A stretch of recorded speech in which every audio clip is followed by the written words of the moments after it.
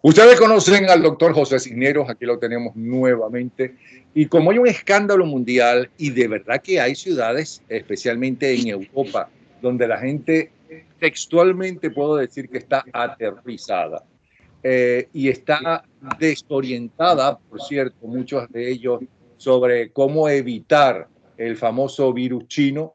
Aquí tengo a el doctor José Cisneros, que no busca viewers, no busca escándalo, no busca llamar la atención, sino que Ni nos... siquiera busco paciente. ¿Cómo?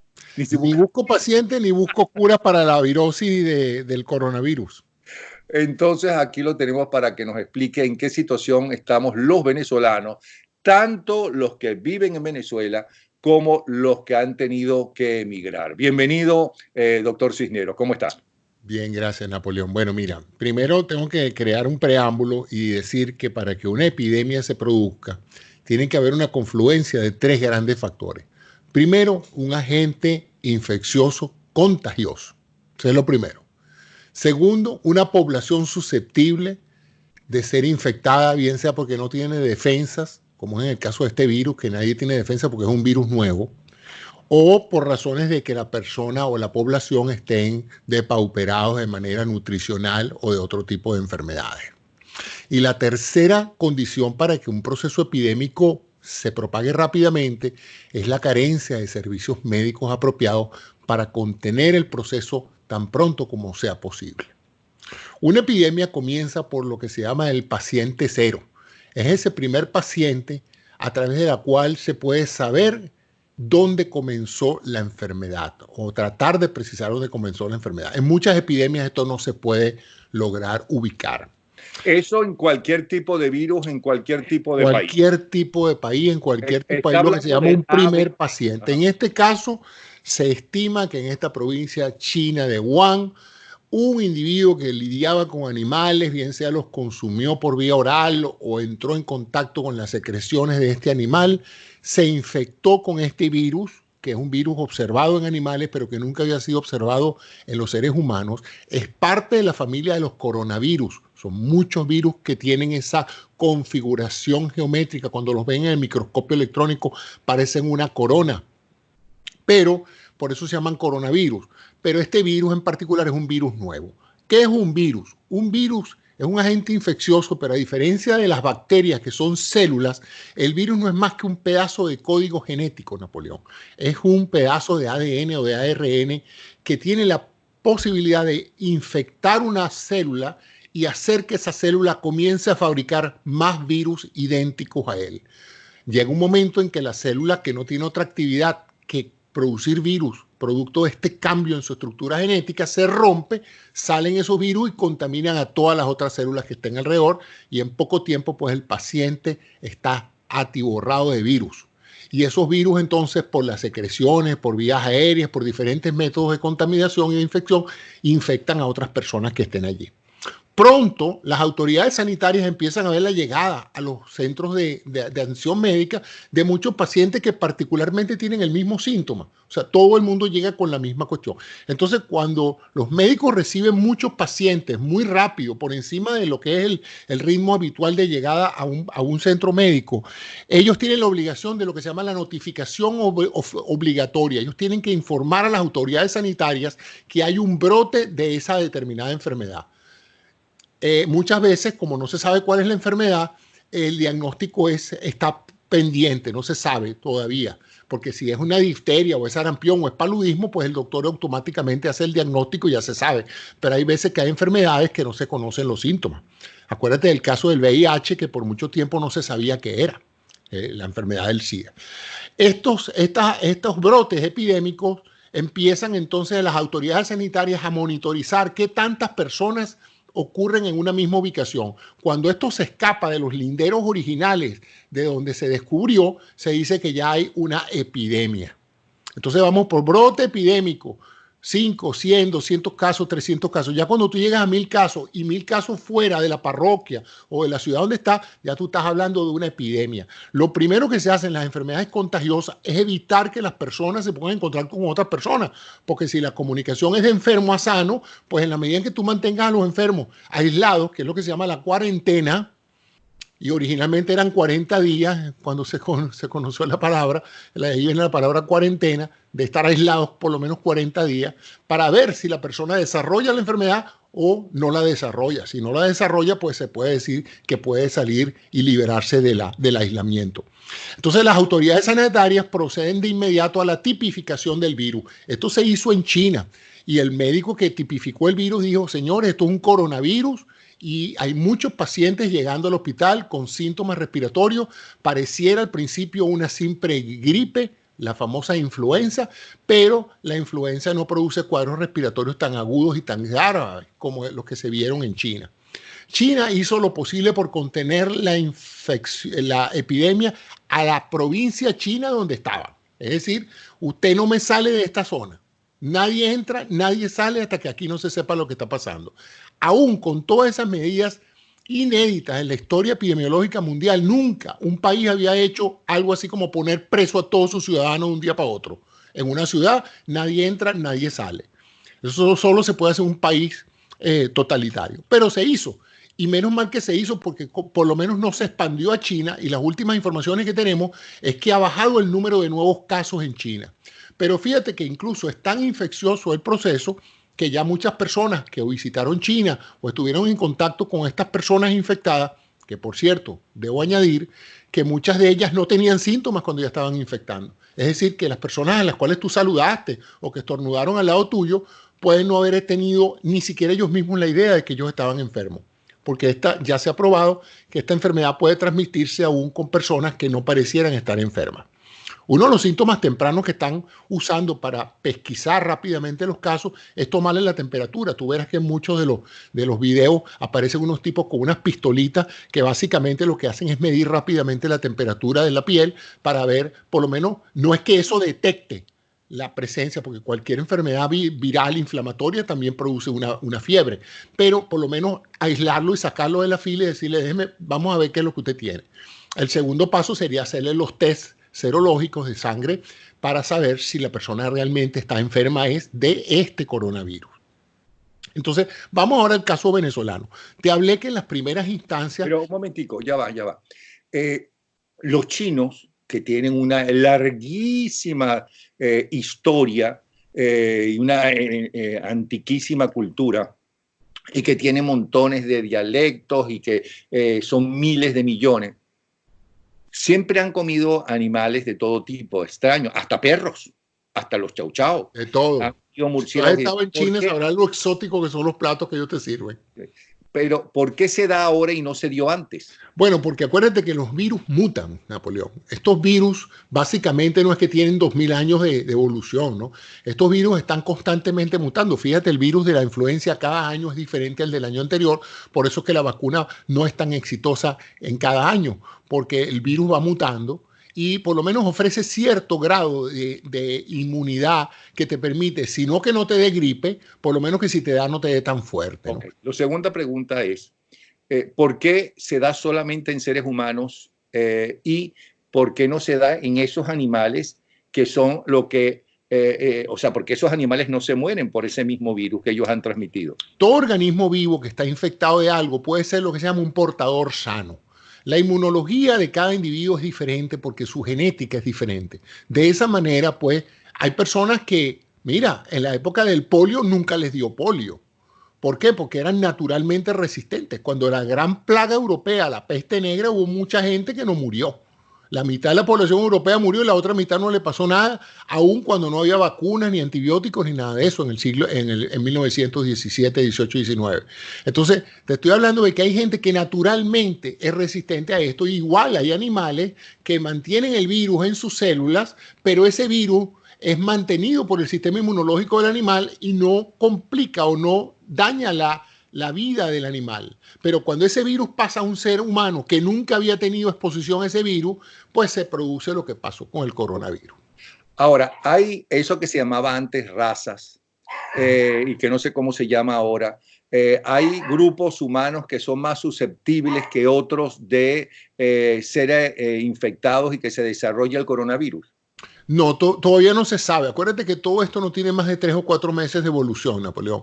Todavía no se sabe exactamente de qué animal provino y todavía, como no se ha expandido a nivel de los 5 continentes, que es el criterio para hablar de una pandemia, todavía no se sabe cómo es la evolución del virus en grandes poblaciones y en diferentes razas y regiones geográficas. Porque aquí interviene no solamente, Napoleón, la raza, el clima también. No se sabe. Fíjate que por ahora, si tú ves los sitios del planeta donde se ha producido, no son zonas tropicales, sino más bien frías. sino más bien frías, ¿no? Ese cinturón tropical alrededor del Ecuador todavía no ha sido tocado, ¿no? Entonces vamos a ver cómo se comporta eso y ahora que entra en muchos de estos países del norte, entra en la primavera y el verano, a lo mejor la gripe desaparece. Fíjate que el virus desaparece en forma significativa. Quizás no sea totalmente desaparezca, pero por lo menos se va a hacer menos importante. Ahora ibas a entrar en el caso de los venezolanos en Venezuela. Ok, el caso de Venezuela es que Venezuela no tiene precisamente un récord estelar de atención médica sanitaria pública en los últimos 15 años o 20 años. Ha sufrido grandes con procesos de deterioro en todos los aspectos. Primero, la emigración de los médicos, que por razones políticas han tenido y económicas han tenido que irse del país, lo cual ha reducido enormemente el número de personas capaces de proveer asistencia técnica en estos casos. Segundo, el gobierno ha sido más que negligente, imprudente y hasta criminal en el manejo de muchos problemas de salud. Tenemos un aumento en la difteria, en la malaria, en el sarampión, no se cumplen con los procesos de vacunación, la asistencia antimalariológica, que Venezuela era un país triunfador en la lucha contra la malaria, contra el paludismo, pues todas esas áreas se deterioraron, han puesto una serie de incompetentes en el manejo de las instituciones públicas y encima de eso está el problema económico de la dotación de los hospitales. Muchos hospitales están en forma precaria atendiendo los pacientes de la consulta regular. Pues yo no te estoy hablando de un proceso epidémico, te estoy hablando de que pacientes que se complican por una u otra enfermedad llegan a las instituciones públicas de salud en Venezuela y no encuentran los insumos, no encuentran las medicinas. Entonces, si encima de eso se introduce una ola epidémica por un virus como este, bueno, te podrás imaginar que la mortalidad en Venezuela del mismo virus, que hasta ahora se estima en 1 o 2% en los países donde hay, en Venezuela podría alcanzar un nivel más alto, no por el virus, sino por la falta de atención médica.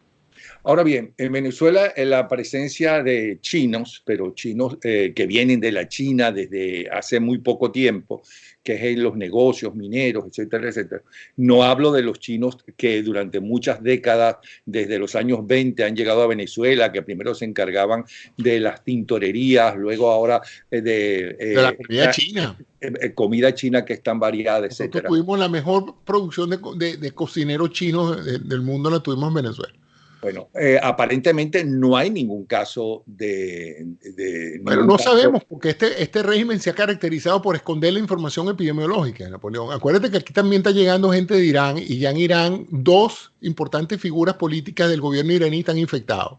Creo que el equivalente al ministro de Sanidad y otro bien cercano a los altos niveles. Si los altos niveles ya están infectados, ¿qué se puede esperar de un avión de pasajeros lleno de técnicos iraníes que están llegando a Venezuela? O sea, es difícil pensar que pueda no producirse eso. O sea que no te extrañe que ya haya pacientes en Venezuela con algunos síntomas y signos y contagiando a otras personas y simplemente no nos hayamos enterado todavía. Entonces, para esas personas que nos ven en Venezuela, ya que podemos desconfiar de la capacidad del régimen para enfrentarse a este problema, ¿qué deben hacer primero para evitarlo? Y segundo, sintiendo los síntomas, ¿cuáles son esos síntomas y qué deben hacer? Son 3 preguntas. Lo que yo le recomendaría a toda persona es que para evitar el riesgo de infección, evite estar en aglomeraciones, evite montarse en metro, lo cual es casi prácticamente imposible para mucha gente que trabaja, tienen que tomar el metro, pero el metro sería un caldo de cultivo extraordinariamente bueno para infectar gente en las ciudades donde hay metro. Lo mismo cualquier tipo de aglomeraciones, reuniones públicas, cines, teatro. Fíjate que todo eso en China se cerró. Se cerraron todos los centros de donde se agruparan personas en China, se cerraron por orden del gobierno. Ok, pero ¿y si tengo que ir en metro o en lo que queda de autobuses?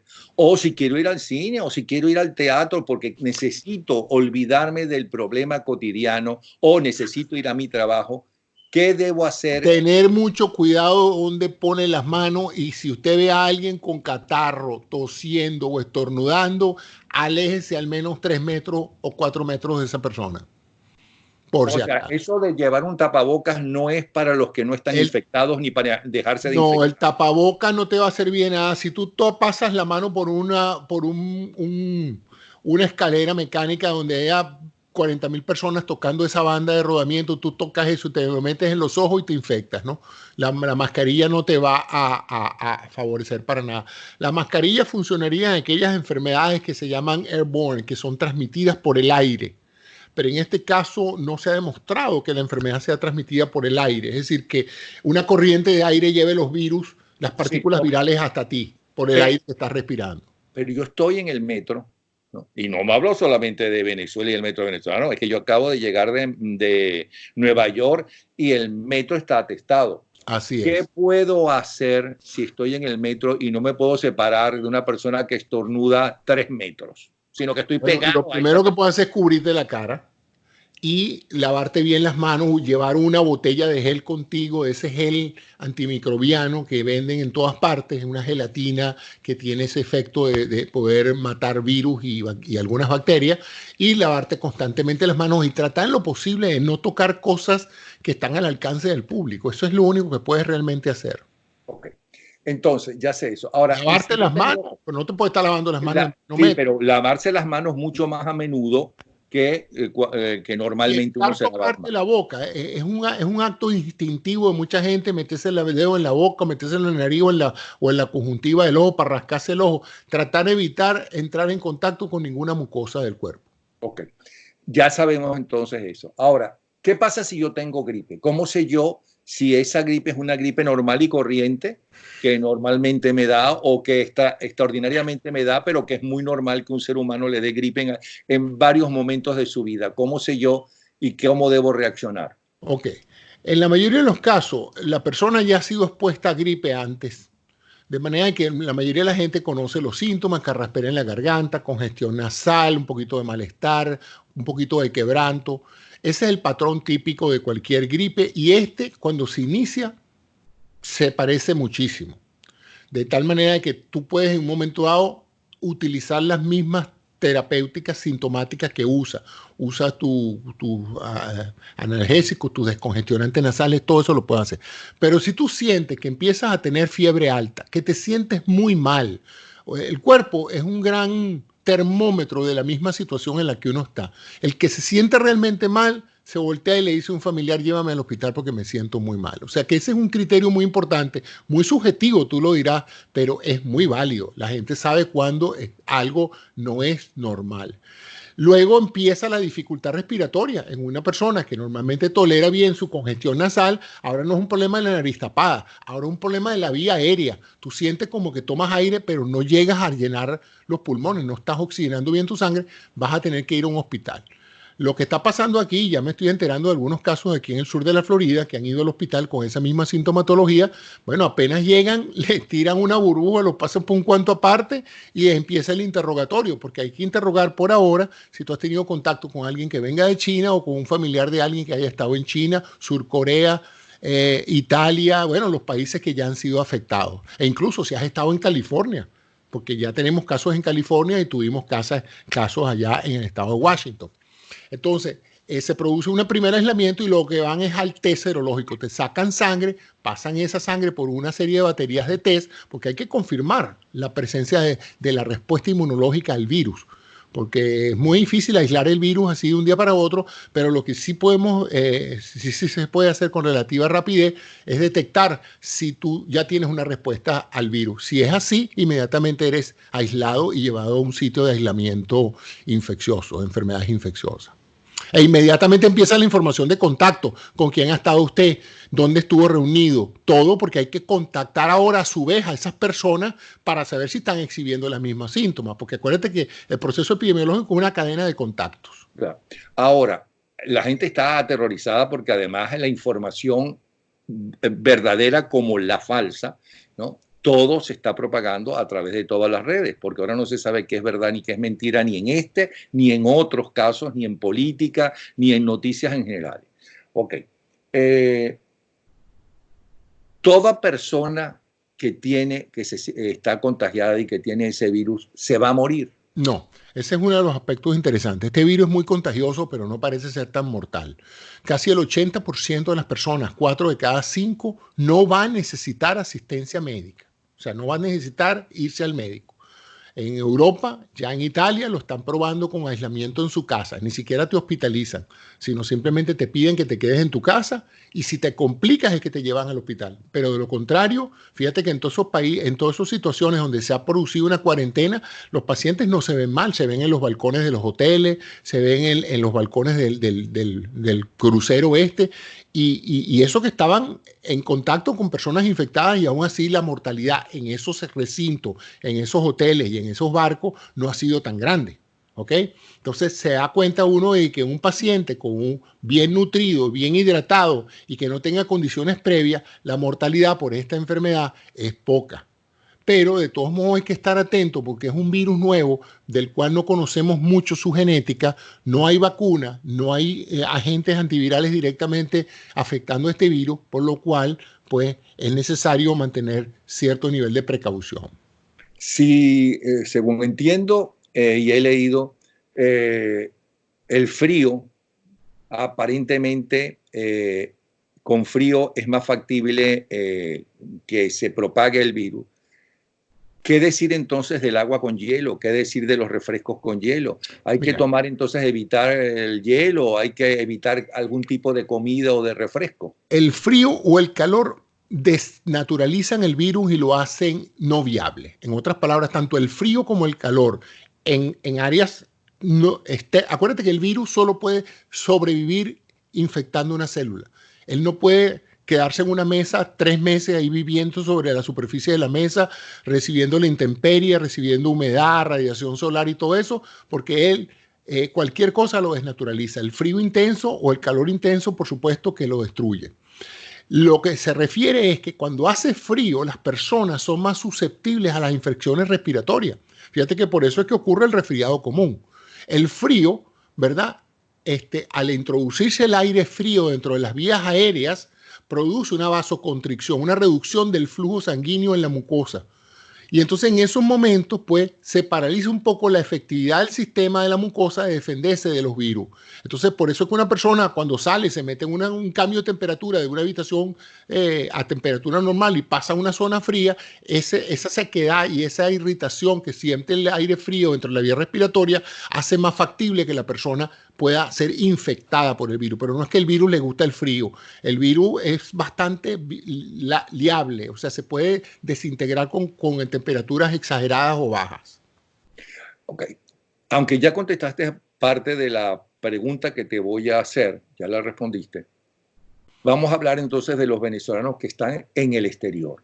Ya sabemos que los que están en Europa, evidentemente, sobre todo en el norte de Europa, de la mitad de Italia hacia arriba, aunque ya se han dado casos en España. En España también hace frío y más aún ahora en febrero.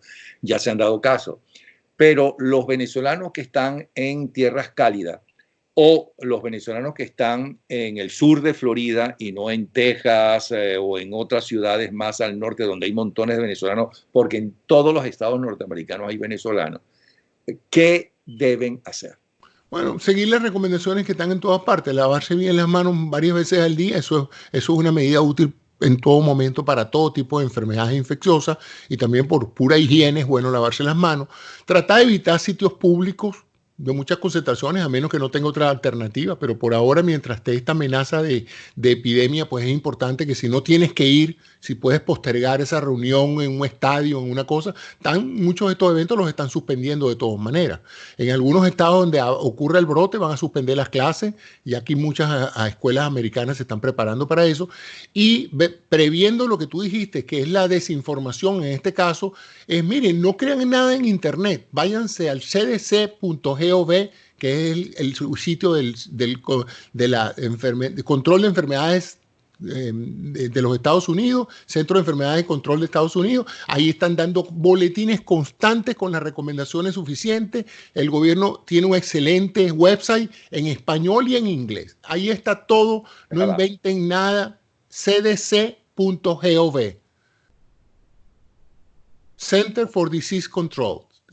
El Centro de Control de Enfermedades de los Estados Unidos es un departamento del gobierno, y ahí están constantemente informando a las personas. Sobre todo hay material de todo tipo, en español, en inglés, y esa es mi recomendación. Sigan las recomendaciones de las autoridades y lleven su vida normal, lávense las manos.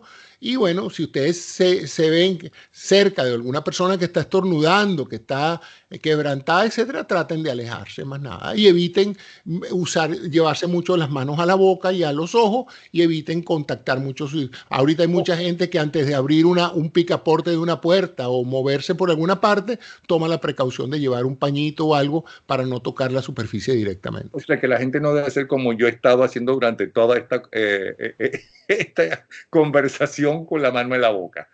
Exacto. Bueno, yo espero que no hayas tocado una superficie donde haya virus. Hoy me acabo de bañar de todas formas. Ah, eso es muy importante, bañarse con frecuencia. ¿Crees que falta algún dato importante para que la gente pueda estar más tranquila y evitar en lo posible estar contagiada? Para estar más tranquila, no vea televisión ni siga la cadena de alarmistas que hay en todas partes, con cintillos noticiosos hablando del número de víctimas, etcétera. Se está confundiendo mucho el número de personas que se le hace el test con el número de personas infectadas. El otro día vi yo 17,000 personas en tal parte, resulta que eran 17,000 personas a quienes les habían hecho el test. En otras palabras, había sospechas de que lo tenían, pero resulta que el número de verdaderos infectados era muy poco. Si todas las personas que sienten quebranto gripal ahorita se van para el hospital, te podrás imaginar la que se va a armar en cualquier hospital. O sea que hay que tener un poquito de paciencia, tranquilidad. Si hay mucha ansiedad, no vea las noticias, que de todos modos no le van a aumentar los chances a usted de pasar por este proceso. Usted simplemente consulta su sitio de internet CDC todos los días, ve cómo está la cosa, ve las recomendaciones de sus autoridades y más nada, siga su vida normal. Tampoco esto es algo que va a acabar con la civilización. Y también tenga mucho cuidado, está haciendo compras de supuestas medicinas contra el coronavirus, que hay de todo, recetas y una cantidad de desinformaciones de gente que lo que está tratando es que la gente haga clic y clic y clic en todas estas noticias falsas para aumentar pues el tráfico y aumentar los beneficios económicos de las páginas web, pero no reflejan ninguna realidad verdadera. O sea que lo primero es tratar de prevenir, como siempre se trata de prevenir una gripe, ¿no? Más nada. Exactamente eso. Bueno, muchísimas gracias, doctor Cisneros. Bueno, gracias a ti, Napoleón. Por esta orientación, el doctor José Cisneros. Ya sabes. No ¿hasta qué punto el venezolano? Perdona, ya me había despedido y todo. Pero si no es tan grave la situación, ¿por qué cayó Wall Street? ¿Por qué están cayendo las bolsas de Europa?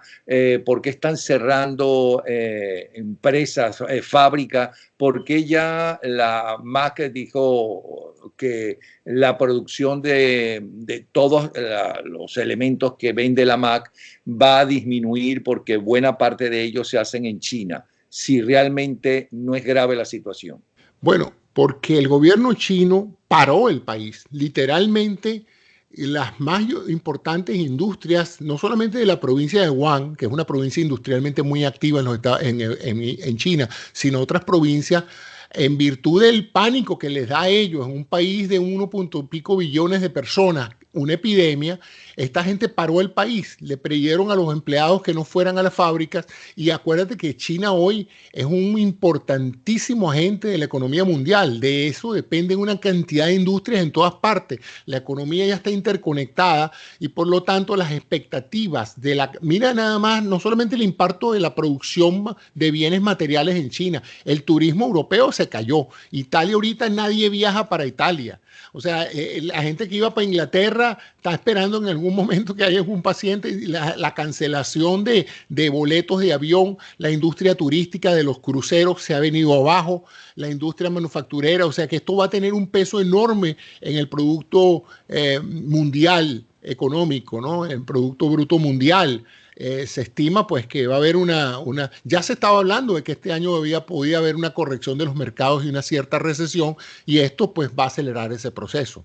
¿Hay alguna edad en especial más peligrosa que otra para esta infección? Yo creo que no es tanto la edad como la condición de salud. Si tú estás desnutrido, que es la triste realidad de mucha gente en Venezuela, pues tus chances de padecer una enfermedad esta o cualquier otra son más altos.